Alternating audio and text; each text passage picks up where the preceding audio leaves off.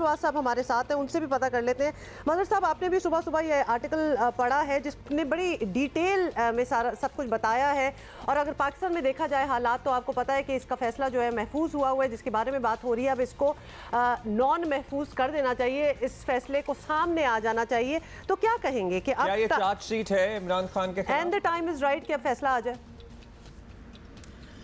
शुक्रिया। देखिए, पहली चीज़ तो ये कि मैंने सरसरी तौर पे पढ़ा है और भी पूरी तफसील, क्योंकि बहुत ही डिटेल्ड आर्टिकल है, और मुझे नहीं पता कि इस आर्टिकल का या इसमें जो फैक्ट्स हैं जिस क्रिकेट मैच के हवाले से बात की गई है उसका जिक्र जो है वो डिटेल्स जो है किसी हद तक अकबर बाबर साहब ने जो है वो जमा कराई हैं, नहीं कराई हैं, या ये कि इसका इससे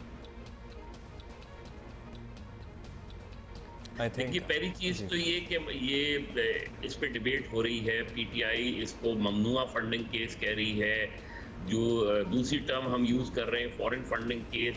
दोनों में बुनियादी फ़र्क ये है कि फॉरेन फंडिंग के हवाले से ज़्यादा सीरियस मामला है कि अगर फॉरेन फंडिंग इस्टेब्लिश होती है तो उसमें तो फिर पार्टी की डिस्क्वालिफिकेशन की तरफ जा सकती है।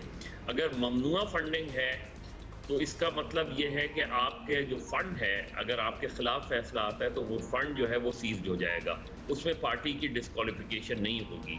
तो वी रियली डोंट नो कि जो अल्टीमेट जो फैसला आता है वो क्या है। लेकिन ये गैर मामूली इसलिए बन गया कि मैंने नहीं सुना पाया इलेक्शन कमीशन की हिस्ट्री में कभी भी किसी केस ने इतना वक्त लिया हो। ये हमने देखा है कि इलेक्शन ट्राइब्यूनल जो बनते थे, इलेक्शन पिटीशन, उसमें वक्त लगता था, लेकिन इसके ऊपर इतना वक्त लगा है। 8 साल बहुत लंबा पीरियड होता है। मुझे लग नहीं रहा कि ये कोई, अभी भी ऐसा लग रहा है कि जैसे अभी भी कहीं से ये इत्तला नहीं है कि भाई जजमेंट्स लिखा जा रहा है, क्या हुआ है, आखिर क्या होने जा रहा है। और पाकिस्तान के अंदर तो जजमेंट कहीं से कहीं चले जाते हैं, ये भी हमें पता है। लेकिन इसमें इम्पॉर्टेंट फैक्टर ये कि इमरान खान, देखिए जिस पीरियड का ये जिक्र कर रहे हैं उसमें 2013 का भी जिक्र है कि 2013 में इलेक्शन फंडिंग कैसे आई। ये मैं आप उससे थोड़ी से पहले की मैं आपको बात बता देता हूँ, जब पीटीआई में इलेक्शंस हो रहे थे 2013 में, और उस वक्त आरिफ अलवी साहब से मेरी बड़ी तफसील से गुफ्तगू हुई थी कि पीटीआई की डोनेशंस वगैरह के हवाले से, क्योंकि बदकिस्मती से हमारी जितनी सियासी जमातें हैं उसमें डोनेशंस, फंडिंग्स, एक ज़माना होता था कि पार्टी की सिर्फ सब्सक्रिप्शन आप करते थे, पार्टी ज्वाइन करते थे तो एक आपको लिस्ट मिल जाती थी, पर्ची मिल जाती थी कि आपने ये फंड्स रिक्वायर्ड किए। उसके बाद मुझे नहीं याद पड़ता कि पार्टीज़ के अंदर इस तरह जो है वो लोग जाके मेंबर्स बनते हों, पैसे देते हों।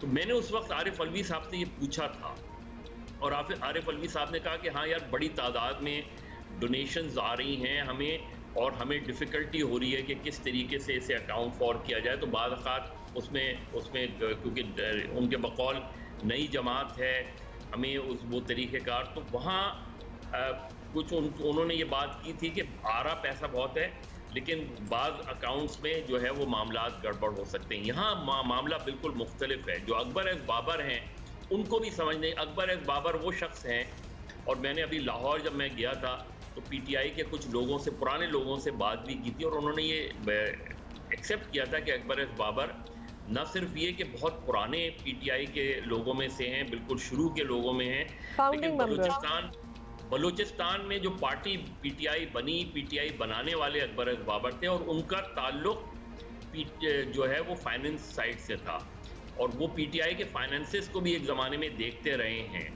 इसलिए अकबर एज़ बाबर ने जब ये फाइल किया है तो अकबर एज़ बाबर जो है वो उस लिहाज से क्वालिफाई तो करते हैं कि जी। अकबर एज़ बाबर साहब से भी हम मीनवाइल रब्ता करने की कोशिश करेंगे। उनकी ट्वीट भी हम देख रहे थे, उन्होंने भी इस आर्टिकल को शेयर किया हुआ है, उससे पहले उन्होंने इसका टीज़र भी दिया हुआ था। हम उनको भी टेलीफोन लाइन पे कोशिश करते हैं लेने की। लेकिन मज़हर साहब, इस फाइनेंशियल टाइम्स सर्टनली एक मोतबर एक जरीदा है, इदारा है, जिसकी तरफ से एक एक चीज़ बयान की गई है कि किस किस वक्त कितने कितने पैसे आए।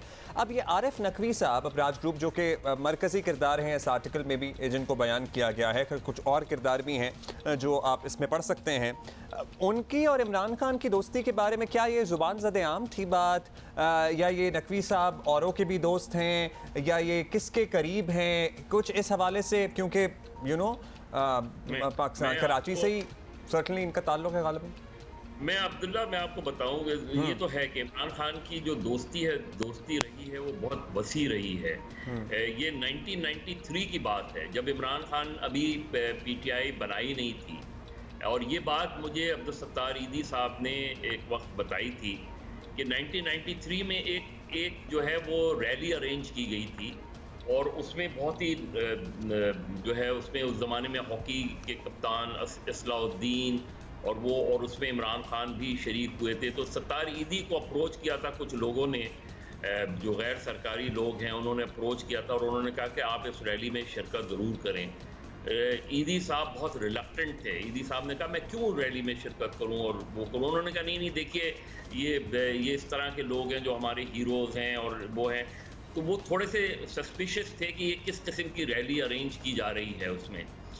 और वो उसके बाद फिर इमरान खान ने जब जो है क्रिकेट छोड़ दी, तो उनका सारा फोकस जो था शौकत खानम में था।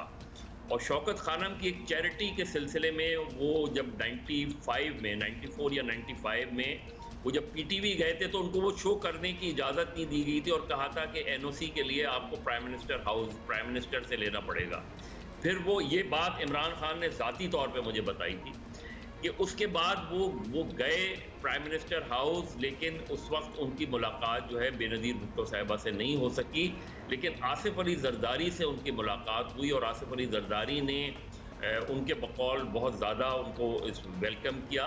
लेकिन जब उन्होंने इसकी बात की, पीटीवी के एनओसी की, तो उन्होंने कहा क्यों नहीं आप जो है वो पार्टी ज्वाइन कर लेते। तो उस पर इमरान खान की कुछ समझ में नहीं आया। इमरान खान ने कहा नहीं, मैं पार्टी नहीं ज्वाइन करना चाह रहा। लेकिन एनीवे वो काफ़ी डिसअपॉइंटेड हुए कि उनको वो शो नहीं करने दिया गया, वो एनओसी नहीं मिला उनको। अच्छा, वो नहीं मज़हर साहब, अभी हमें हमारे साथ हामिद मीर साहब भी मौजूद हैं, तो उन्हें भी शामिल गुफ्तगू कर लेते हैं।